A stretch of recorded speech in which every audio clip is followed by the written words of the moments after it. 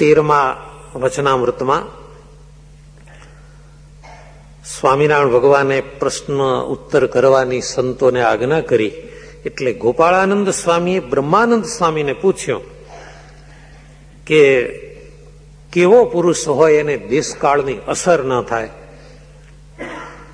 ગોપાળાનંદ સ્વામી કહે છે બ્રહ્માનંદજીને કે જુઓ સ્વામી, વિચારીને જવાબ આપજો, કારણ કે બ્રહ્મા પણ દેશકાળમાં લેવાઈ ગયા, ઇન્દ્ર ચંદ્ર આદિક દેવો પણ દેશકાળમાં લેવાયા છે, માટે કેવો પુરુષ હોય એને દેશકાળ ન લાગે. શ્રીજી મહારાજે ઉત્તર કર્યો કે જે નારાયણના ચરણારવિંદમાં મગ્ન રહેતો હોય એને દેશકાળ ન લાગે, બાકી બ્રહ્મા જેવા હોય એને પણ દેશકાળ લાગે. ભગવાનના ચરણારવિંદથી જે વિખૂટો પડ્યો એ ગમે તેવો મોટો હોય, ત્યાગી હોય, તપસ્વી હોય, છતાં પણ દેશકાળ લાગે. જેમ સૌભરી ઋષિ 60,000 વર્ષ તપ તપ્યા પાણીમાં બેસીને. કેવી ઠંડી લાગે. આપણે અઠવાડિયા પહેલાની ઠંડી હોય અને તમને એમ કહ્યું કે સાબરમતીના જળમાં બેસી 11 જન્મંગળના પાઠ કરો તો કેવી દશા થાય. તો 60,000 વર્ષ સુધી જળમાં બેઠા, છતાં એને દેશકાળ લાગ્યા. તો નારાયણના ચરણારવિંદમાં જે સંલગ્ન રહેતો હોય એ જ બચી શકે, બાકી બધાને દેશકાળ લાગે છે. દેશકાળ ન લાગે એવા તો એક પરમાત્મા પોતે જ છે. નિત્યાનંદ સ્વામીએ પૂછ્યું, મહારાજ, જેને દેશકાળ ન લાગ્યા હોય, ભગવાનનો ભક્ત હોય, મુક્ત સ્થિતિનો હોય, ભગવાનના ધામમાં બેઠો હોય, એમાં ને ભગવાનમાં પછી શું ભેદ? મમ સાધર્મ માગતા ભગવાનના સમાન ધર્મવાળા બની જાય. શ્રીજી મહારાજ કહે છે ગમે એવો ઉચ્ચ સ્થિતિનો મુક્ત હોય, છતાં એમાં અને ભગવાનમાં સ્વામી સેવક ભાવ અખંડ રહે છે. જેમ રાજા અને રાજાનો ચાકર મનુષ્ય દ્રષ્ટિએ સરખા લાગે.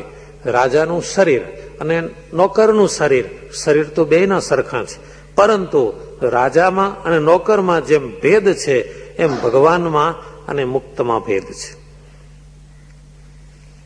જેમ ભગવાન જેટલા સમર્થ છે એટલી સામર્થ્ય ભલે મુક્તમાં આવે, છતાં ભગવાન તો અનંત ગણા એનાથી સમર્થ હોય છે. એ ભગવાનને લઈને, એ પરમાત્માને લઈને આપણે ગમે તેને ભગવાન કહી શકો. નારાયણને લઈને તો બ્રહ્માને ભગવાન કહેવાય, નારાયણને લઈને નારદ સનકાદિકને પણ ભગવાન કહેવાય, નારાયણને લઈને ઉદ્ધવજીને ભગવાન કહેવાય, અને હમણાં આ મુક્તાનંદ સ્વામી જેવા સંતને પણ ભગવાન કહેવાય, પણ નારાયણને લઈને. પણ ભગવાન જેવા કહેવાય, નારાયણને લીધા વિના અક્ષરને પણ ભગવાન ન કહેવાય, તો બીજાની ક્યાં વાત? અને એમ જો ભગવાન જેવા થઈ જવાતું હોય તો આપણે બધા ભગવાનને પ્રસન્ન કરવા રાત દિવસ ઉજાગરા કરીએ છીએ. આ બોલો, આવું શા માટે કરીએ છીએ? વહેલા ઉઠી નાહી ધોઈ, ઠંડી હોય કંઈ હોય છતાં ગમે તેમ કેટલાય ઘરમાં હરિભક્તો ધનુર્માસ આવે એલાર્મ રિપેર કરાવી નાખે છે, કેટલાય તો નવા લાવી નાખે છે. કેમ ભાઈ? વહેલા ઉઠવાનું છે 4:30 વાગે. શા માટે? જો ભગવાન સરખા થઈ જવાતું હોય તો રાત દિવસ ઉજાગરા કરીએ છીએ, કીર્તન કરીએ છીએ, તાળીઓ વગાડીને આંગળીઓ ફાટી જાય એમ નામ સ્મરણ કરીએ છીએ. તાળી એ વખતે કેવી રીતે વગાડાતી હશે? અત્યારના આપણા જેવી? આપણે કોઈને આંગળી ફાટી? આપણે કીર્તનમાં બોલીએ છીએ ને, ધુન્ય તાળી પડે ઉપડતી અતિ સારી, ધુન્ય થાય 14 લોક થકીને. યાર એવી તાળી પડે, એવું નામ લેવાય? આપણે તો બધા નામ લે ને ધુન્યમાં, ઊંઘવાનું ભેગું નામ લેવાનું ભેગું ચાલતું હોય એમ દેખાય. ધુન્ય અવાજ બરાબર સ્ફૂર્તિ વાળો હોય, તાળી પણ ઉપડતી પડતી હોય. શ્રીજી મહારાજ કહે છે કે હાથની આંગળીઓ ફાટી જાય એમ કરીએ છીએ.